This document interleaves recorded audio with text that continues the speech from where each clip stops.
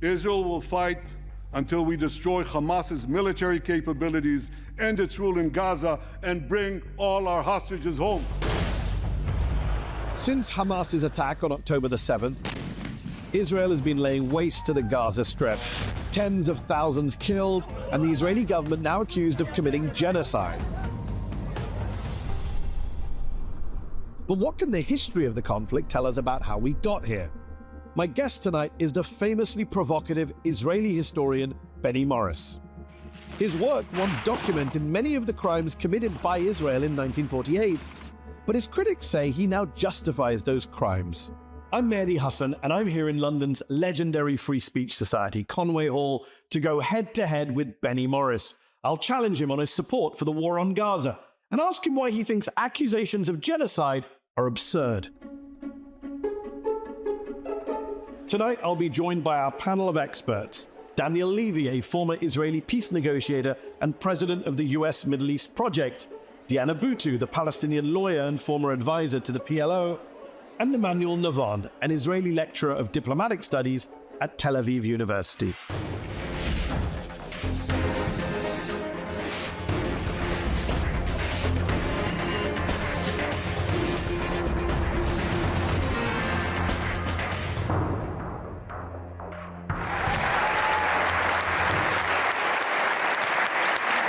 Benny Morris, thank you for joining me on Head to Head.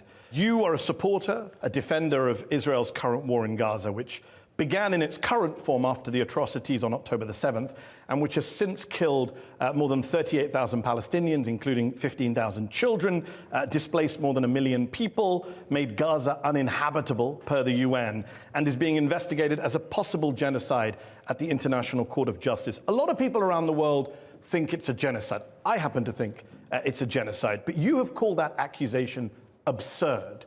Why? Well, I once investigated a real genocide by Muslim Turks against the Christian communities of Turkey around the year 1900. Some 2 million Christians were killed at the time by Muslim Turks. And that's what a genocide actually looks like. What's happening in Gaza is a war. It's a war in which there are a lot of collateral deaths among Gazans. The war started, of course, by the Hamas from Gaza in a giant massacre on October 7th. And the only way to respond to that, and any country would have responded to that, more or less in the same fashion, I think, was to try and go after the Hamas. But the Hamas was embedded in the population, as you know, used the schools, the UNRWA schools, the hospitals, as bases, as places where they stocked their ammunition, their guns themselves, hid in tunnels underneath these schools, in apartment buildings, and this all involved collateral damage, which of course the Hamas knew it was going to ignite by killing 1,200 Israelis on the 7th of October. I myself have problems with the war as it's being waged, but genocide it definitely isn't. The aim here is not to kill as many Palestinians. That's not the definition of genocide. It's one of the you wrote a book on genocide. That's not the definition of genocide. It's one of the definitions. It's not. Try and kill. It's not based on numbers, the definition It's also based on intent and on numbers. It's based on the intent. Yes. To destroy, to kill in whole or in part. There's no intent here. That's as far as I know, intent. I'm not. I just want to I'm not a government spokesman. You seem to be presenting me as a government spokesman. How did I present you in a government spokesman? I asked you for your view on the war. I didn't say anything. We'll come to the government. I'm just asking about your view right now. The definition of genocide, you wrote a book on it, is nothing to do with how many people you kill. So it's not a numbers game. It's also a numbers game. The ICC chief prosecutor has asked for arrest warrants, not just for Hamas leaders, but for the Israeli prime minister and the defense minister for war crimes and crimes against humanity. And he says he has mountains of evidence. We've all seen with our own eyes the Israelis in Gaza commit war crimes on camera, kill unarmed people who are carrying white flags, blow up apartment buildings, drop 2,000-pound bombs on crowded refugee camps. Can we at least agree, Benny, even if we're going to disagree on genocide, that Israel has committed numerous war crimes since the Hamas war crimes on October the 7th? I'm fairly sure there have been war crimes, but the war itself is not a war crime, as the Hamas attack on Israel on the 7th of October was. It was a war crime from beginning to end. The aim was to kill as many civilians as possible, which they did, in accordance with the Hamas charter, which is to kill basically every Jew you can get hold of in Palestine. But I didn't ask about the aim. I asked about the acts that are being committed. As I said, probably there have been, as in all wars, war crimes. You accept there have been war crimes? Yes. So you would support an arrest warrant for Benjamin Netanyahu? I didn't say that. Why? Firstly, there hasn't been an arrest warrant. I know, there's been a request from the ICC chief prosecutor. So far, they haven't issued it. I don't know if you can hold a prime minister responsible if a sergeant kills several unarmed people intentionally. You don't think the Israeli Air Force bombing apartment buildings, refugee camps, mosques, cemeteries, hospitals, schools, universities, libraries? Firstly, it hasn't bombed, as far as I know, hospitals. They have attacked... Literally no expert agrees with you on that. That's not true. What you're saying is not true. The only hospital which I remember being bombed was by a rocket fired by the Islamic Jihad by mistake. That's as far as I remember. Israel has raided hospitals. Let me talk. Israel has raided hospitals, but with infantry. Let me ask you this question. It's found Hamas people in their Hamas headquarters, inside hospitals, under hospitals. Actually, we've never seen the headquarters that Benjamin Netanyahu put a beautiful Bond movie video out for. We've never actually seen that from underneath Al-Shifa. It's been several months. We're still waiting for that. So on the 31st of October, according to Human Rights Watch, Israeli forces unlawfully attacked a 6-story residential building, killing 106 civilians, including 54 children, without warning. 4 strikes, completely demolished. Human Rights Watch found no evidence of a military target in the vicinity, making the strike unlawful, indiscriminate under the laws of war.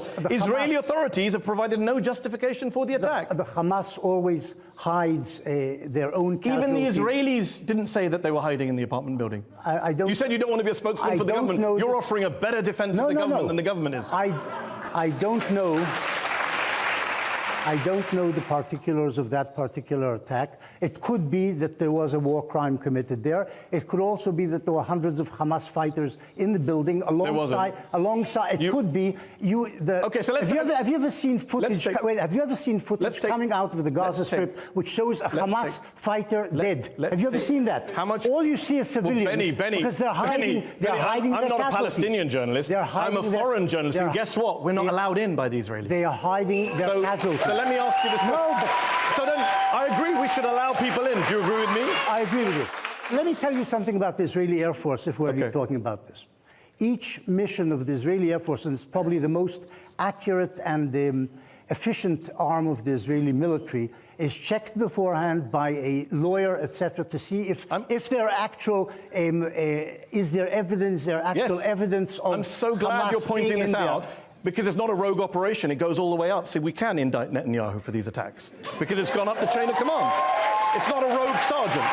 No. It's not a rogue sergeant, we agree. All right, you say it's not genocide. Can we at least agree that it's genocidal rhetoric and genocidal intent from various members of the Israeli government? Yes. Can we agree that the rhetoric from Netanyahu and Herzog and Smotrich, this is genocidal rhetoric? Some of the ministers, I'm not sure about Herzog's quotes, and I'm not sure about what Netanyahu said, that some of the ministers... Netanyahu said Amalek, Benny. You know what Amalek means. I don't know if that's the same as genocide, but... Killing every man, woman and child. I don't know. And the donkeys. Listen, there's something absurd about this line of questioning.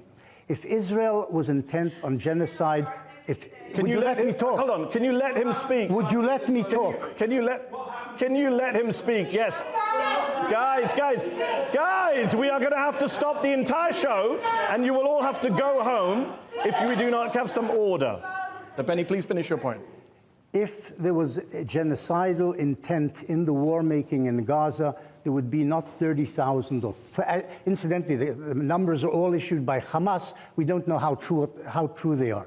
But if there was genocidal intent by the Israeli government with the Israeli military machine to commit genocide in Gaza, there would not be 30,000 or 20,000 Gazans dead. There would be hundreds of thousands of Gazans dead. I'm sure. That is called genocide, and that's not what's happening in Gaza. Benny, we've already discussed that's not the definition of genocide. But okay, let me ask you this. That's not your definition. No, it's the 1948 Genocide Convention. There's lots of different. Forget it. Forget the 1948 Genocide Convention. There are lots of definitions. That's not true, Benny. There's only one.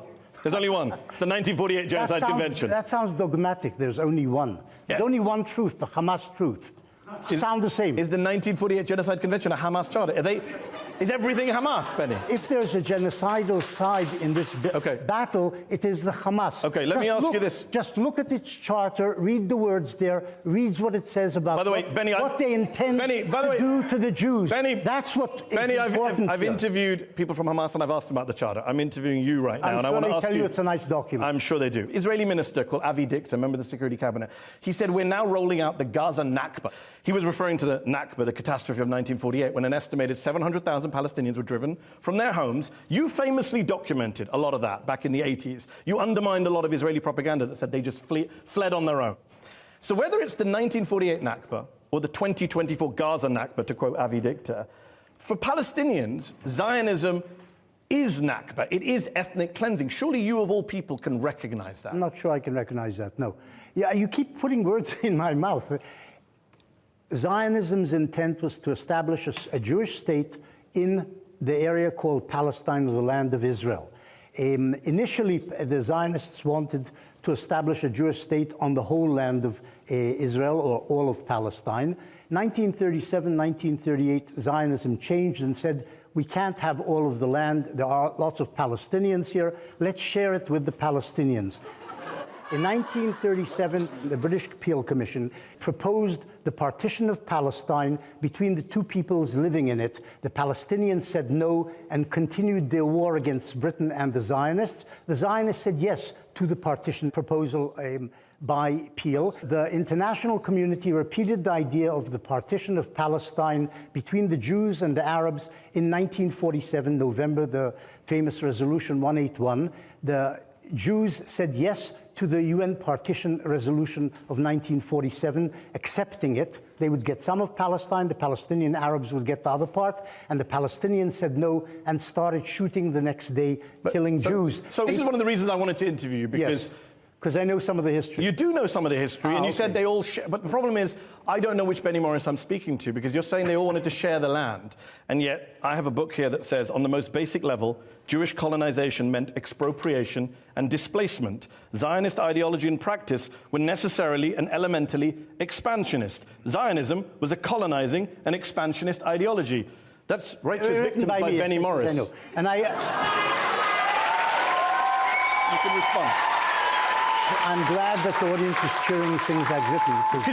Because you were right in 2001. So I'm wondering about what happened to 2024. And I agree with every word in there. But as I said, Zionism changed its objective and goal in the 1930s and agreed reluctantly, resigned to the idea of partitioning the land. And from that point on, the Zionists, a number of times in 37, 47, the year 2008, proposed partitioning Palestine with the Palestinians, and the Palestinians consistently have rejected partition under the Hamas Palestinians and under the PLO Fatah as well. They always rejected partition. Let me ask you this. That's the truth, the basic truth of the conflict.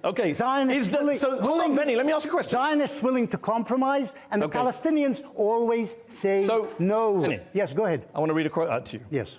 You keep saying lots of positive stuff today, sharing, dividing.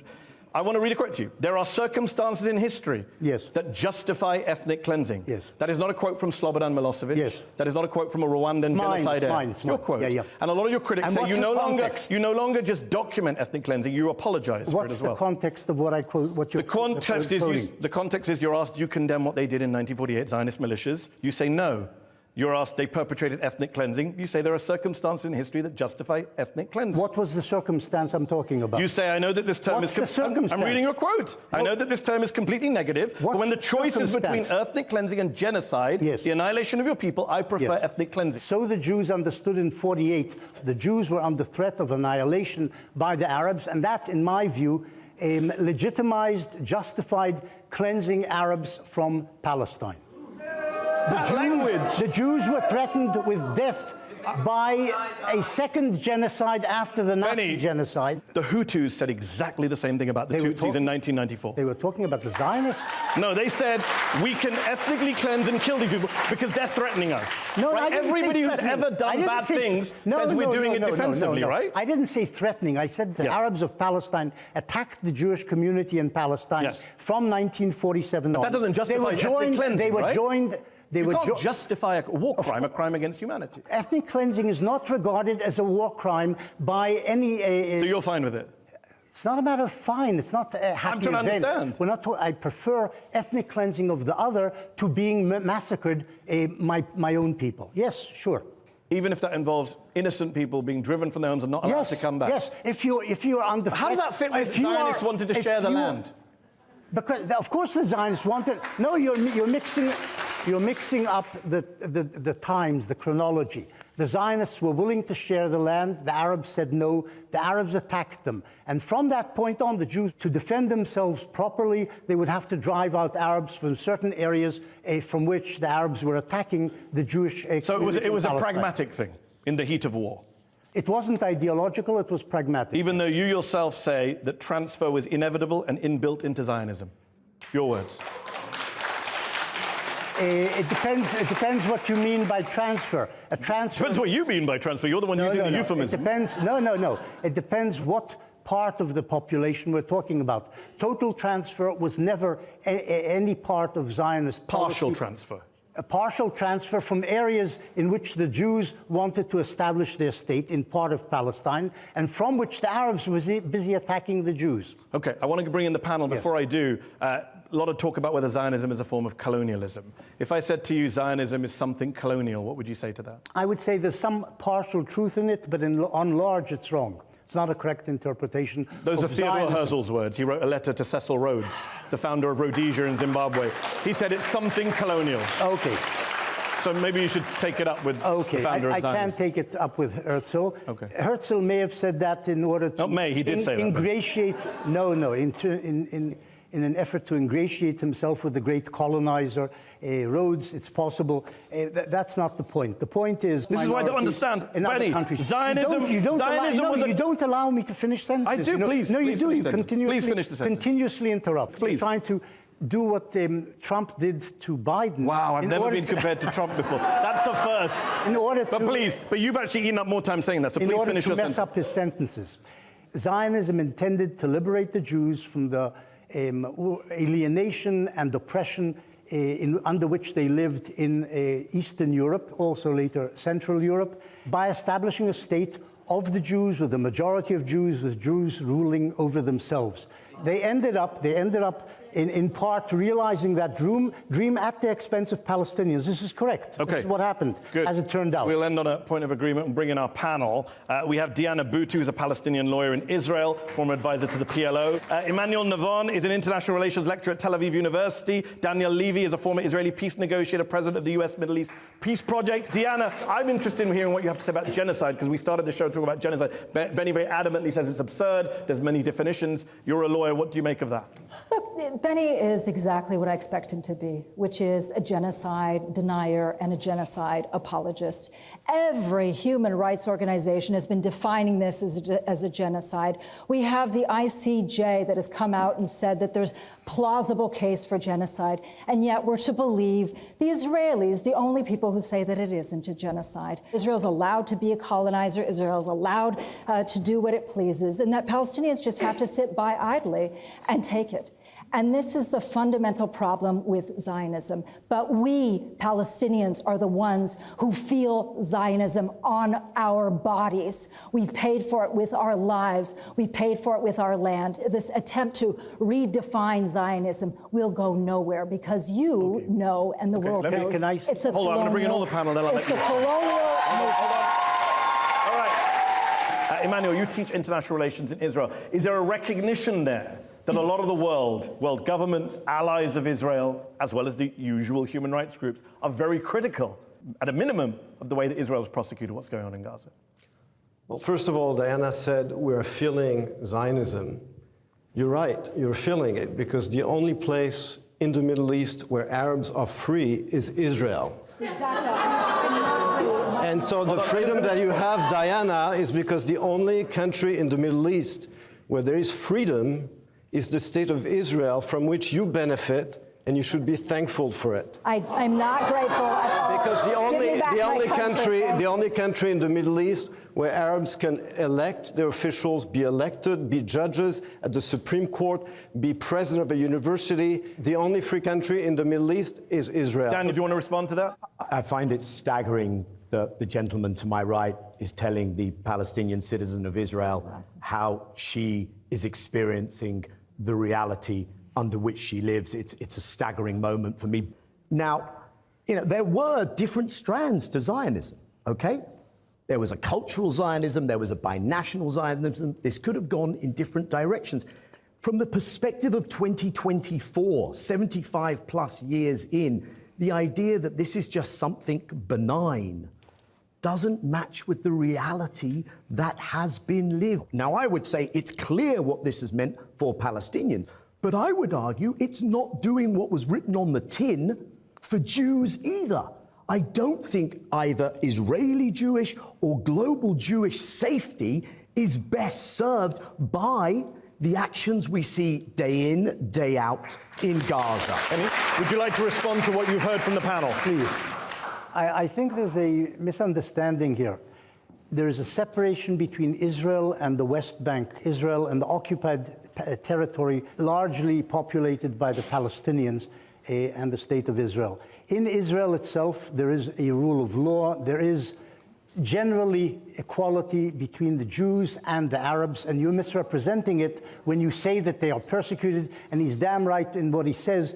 All the Arab states are dictatorships which do not allow their citizens any freedom, and Israeli Arabs enjoy most of the rights. They may be discriminated against in certain things, but they may enjoy certain rights which Jews do not have. For instance, not serving 3 years, wasting 3 years in the army, for example. Israeli Arabs don't do that. We don't want to do No, yes. it's fine. Yes, I'm pretty sure right. most Palestinians are desperate to serve in the Israeli military right now.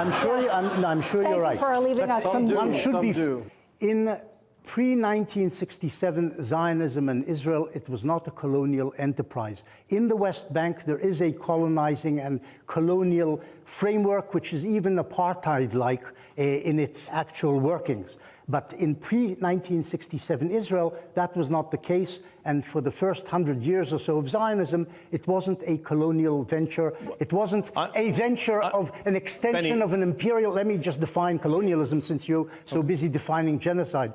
Imperialism and colonialism were matched together, in which an empire sent its children to dominate and take over a third world country and exploit its riches and its people. This is not what Israel did until 1967. Emmanuel, do you agree with Benny that there is a colonial aspect, an apartheid-like aspect to the occupied West Bank? No. Zionism is a national liberation movement that freed its land from Arab Muslim colonialism. How do you think Islam expanded itself from the Arab Peninsula to Indonesia, from Indonesia to Morocco? Not from the Holy Spirit. This was conquest and colonialism. Okay, we are out of time, and I'm going to give Diana the last word before we go take a break. Okay, so now we have a Nakba denier and a Nakba apologist, as well as a genocide denier, genocide apologist. The point of the matter is that Palestinians have always paid the price for Israel's colonial adventures. My family hails for hundreds of years from Palestine. And what happened in 1948 was my family was ethnically cleansed from Palestine. Where? From Al-Mjadel. Never able to return back to their home. My father died unable to return back to his village because of the colonialism that is called Zionism. There is no place for Zionism. We are way over on time. Daniel, 30 seconds, you want to come in? What's remarkable to me is we've gone from denying the Nakba, and Benny Morris actually helped get past that, to threatening a second Nakba, and that's the narrative in Israel today, without going through what's most necessary, which is acknowledging and healing and redressing and Palestinians actually getting their rights, because without that, not only will Palestinians never see peace and security and the achievement of freedom, but Jewish Israelis will always live in the knowledge that that wrong will create a blowback and there's no security. That is it for part one of Head to Head with our special guest, Benny Morris. In part two, we'll be talking about what is happening inside of Israeli society. We'll be talking a bit more about Benny Morris's views, and we'll hear from our, I was going to say patient audience at Conway Hall, but they're not so patient tonight. That's in part two of Head to Head.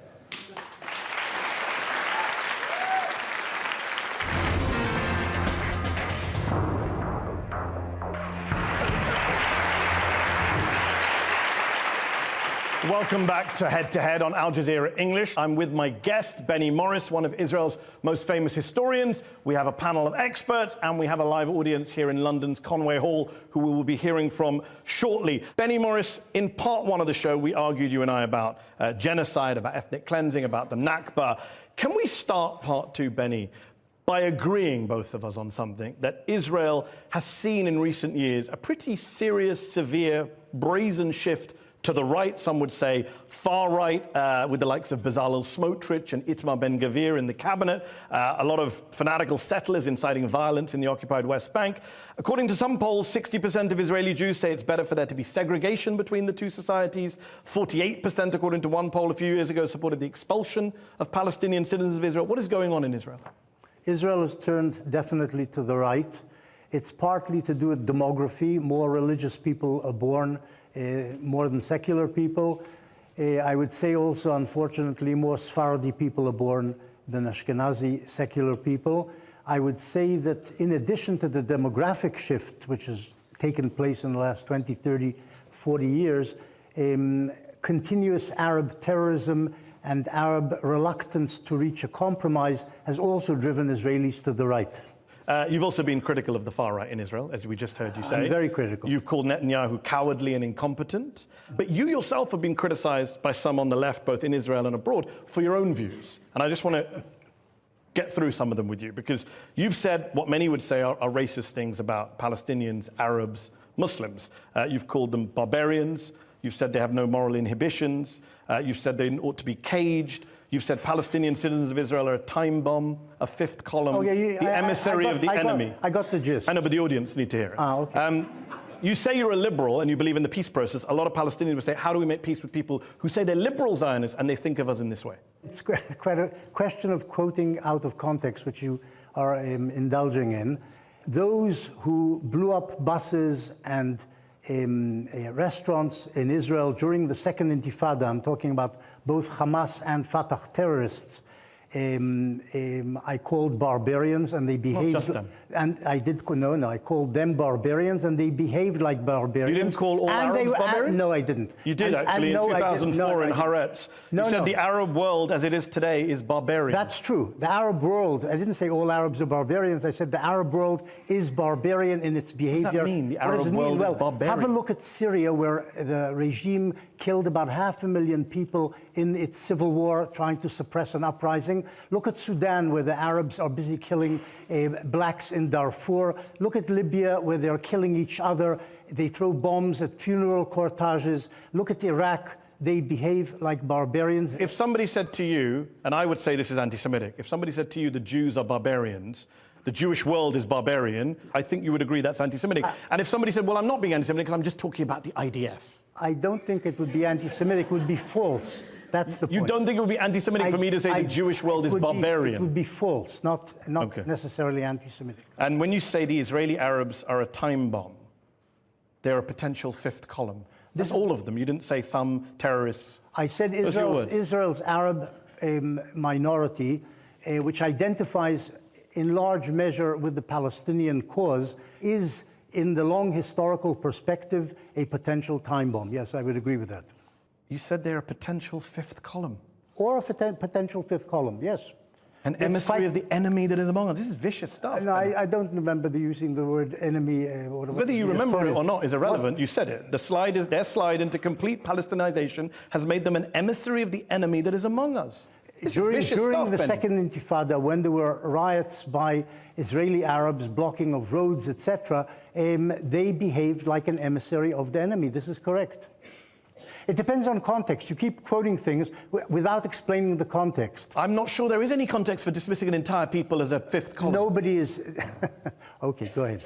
All right, let's talk about some other views of yours, which are somewhat controversial, many would say. You're not just somebody who said some... You don't actually want any facts from me or any explanations of anything. You just explained yourself very well. You said the Iraqis who throw bombs. You just want to accuse. I'm not accusing, actually. It's not an accusation, it's a fact. This isn't really an interview. This is basically blame-throwing and an interrogation. You don't like defending your views? I don't like defending my views.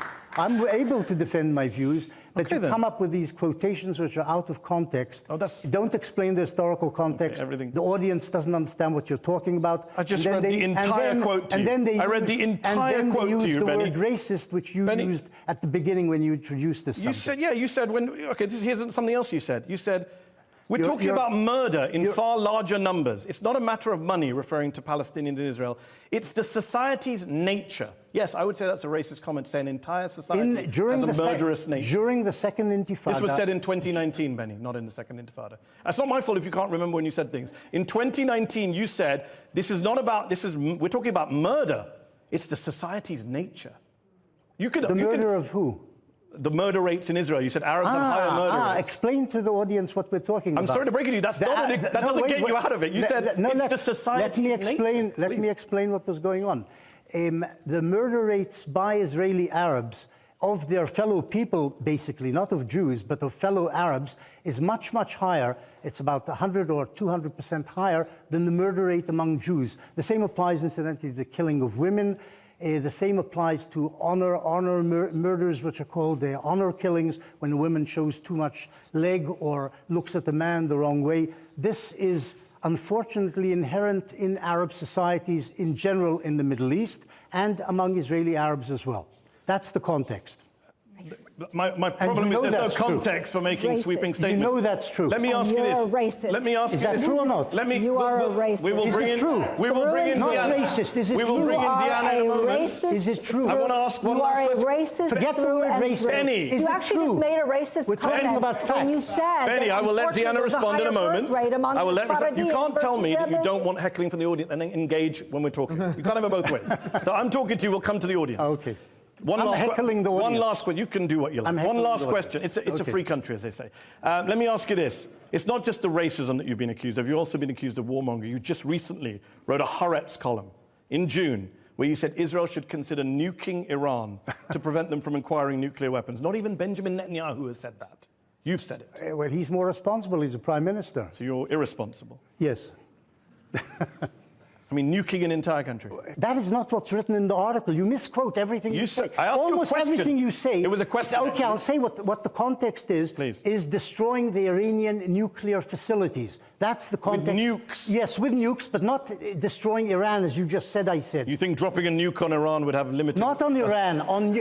Small nuclear bombs can destroy facilities like Natanz, and you know that. And you... It's not to do I mean, with- you've been advocating this for 15 years, right? No, I've been advocating an Israeli strike against the Iranian nuclear project because Iran says that its policy is to destroy Israel. If they ever, it doesn't have nukes. If they ever achieve nuclear weaponry, Israel will be in mortal... But you didn't say that. You said bomb them now. You said in 2008. No. Now, in 2008, you're not telling the truth. You know that. You didn't call for the nuking. You didn't call for a nuclear strike in 2008 on Iran? No, I didn't. You wrote in 2008, I said Israel should destroy the Iranian nuclear installation. With a nuclear strike? No, I didn't say This that. is my problem, Benny. You keep saying you don't remember. No, I do. The New York Times, no. July the 18th, 2008, an Israeli nuclear strike to prevent the Iranians from taking the final steps towards getting the bomb is probable.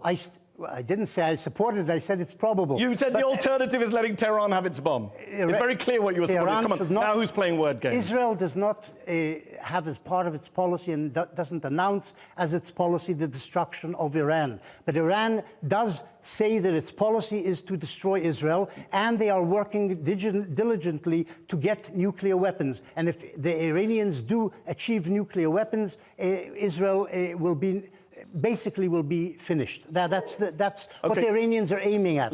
And using tactical nuclear weapons to destroy the Iranian nuclear installations before they achieve nuclear weaponry, it makes sense to me. It may not make sense to you because you're not an Israeli, so you don't care. But I'm a human being, so I care about nuclear weapons. I don't know what you care about. I don't know what you care about. Well, you just assumed. Let me go to our panel here. We have Diana Boutou, Palestinian lawyer in Israel, former advisor to the PLO. We have Daniel Levy, former Israeli peace negotiator at the US Middle East Project.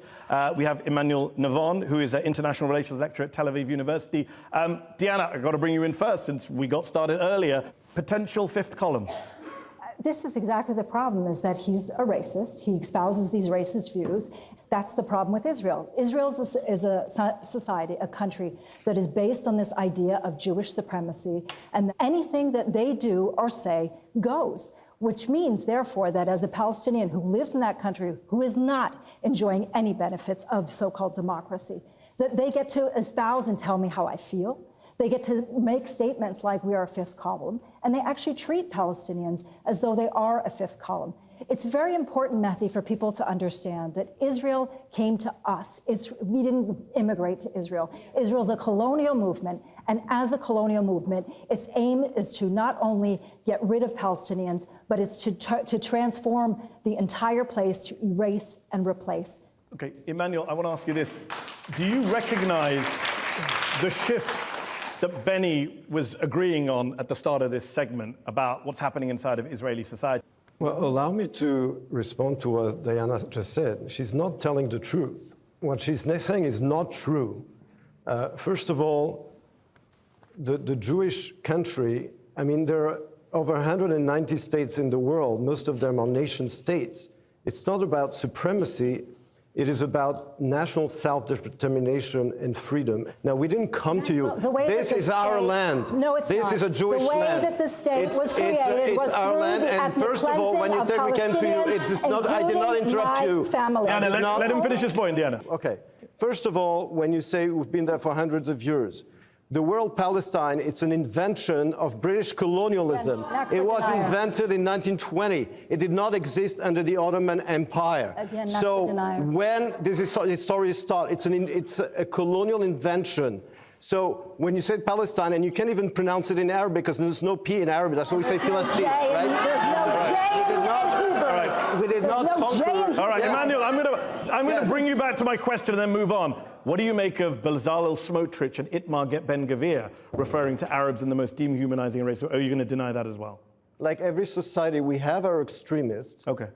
It's a democracy. I don't agree with them, but we have, like every society, we have our extremists.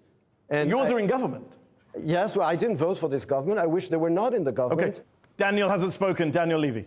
When I was in a Zionist youth movement and president of the World Junior Jewish Students, being pumped with the talking points and the propaganda points, I really think they were more sophisticated, and I may be misremembering this. I genuinely cannot believe that this is what now constitutes an Israeli attempt at defending and putting your best foot forward. But then I look at the reality in Israel today, and of course that's what it should look like, because what's the reality we're living in?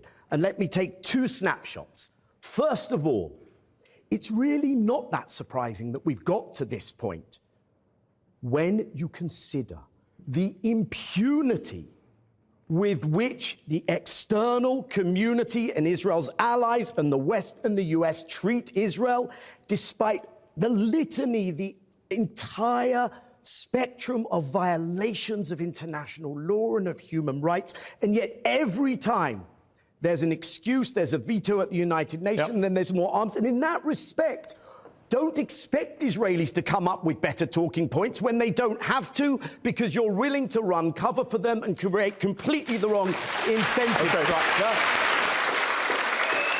Please respond briefly. I must protest.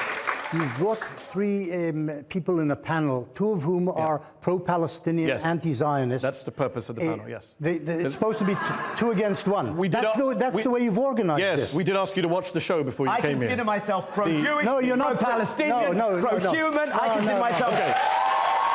All right. Let me finish. Please. Let me finish. You are a pro-Palestinian propagandist. That's all you've become, just so that you know that. Let's go around the audience. We're going to try and see where we've got some hands up. We're going to go to gentleman here, third row with the jacket on.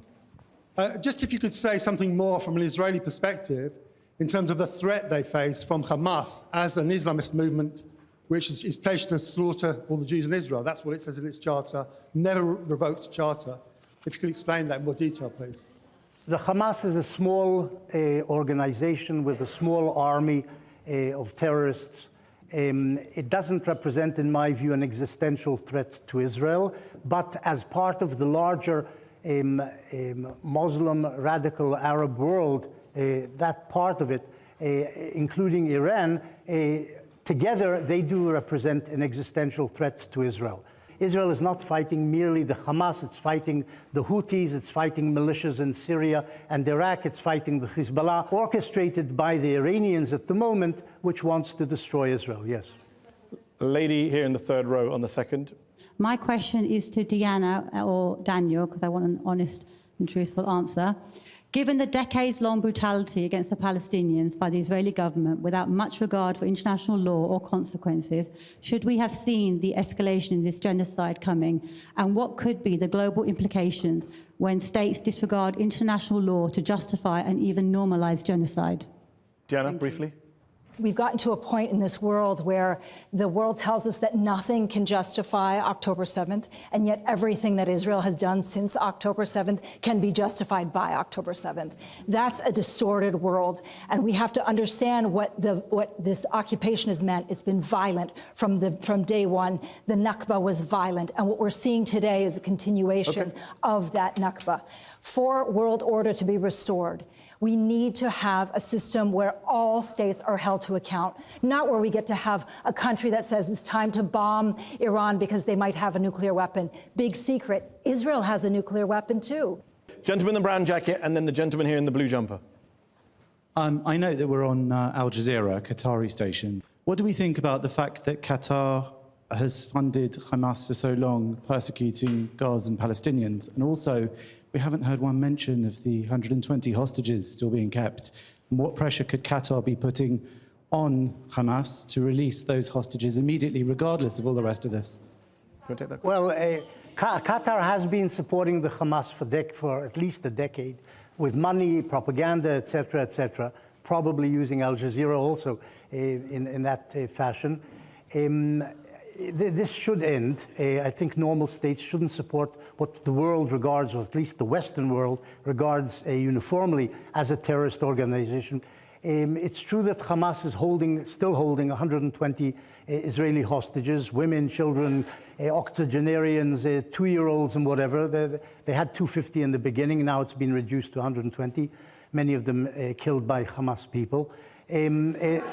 Many of them killed by Hamas. And by Israelis. And by Israelis. Israelis also killed some of the hostages. Hopefully they will be released. Okay. We hope they will be released. I would just say one thing. Why did the Israeli government prop up Hamas for so long and encourage Qatar to send money to Gaza? Stupidly. Out of they're not hearing my answer. I'm just wondering. You asked the question, so let me answer the question. You give a long answer to that. The answer is that the Israeli government under Netanyahu behaved stupidly, and this was part of the incompetence of Netanyahu. I think it was incompetence. Let's go to the gentleman here in the blue jumper. Let's take his microphone. I'm Martin Shaw, and I wrote a book called What is Genocide? Perfect person. What is genocide? I wanted to bring Benny back to Gaza, because he said it's a war, and there's collateral damage, and that Hamas knew. And that may be true.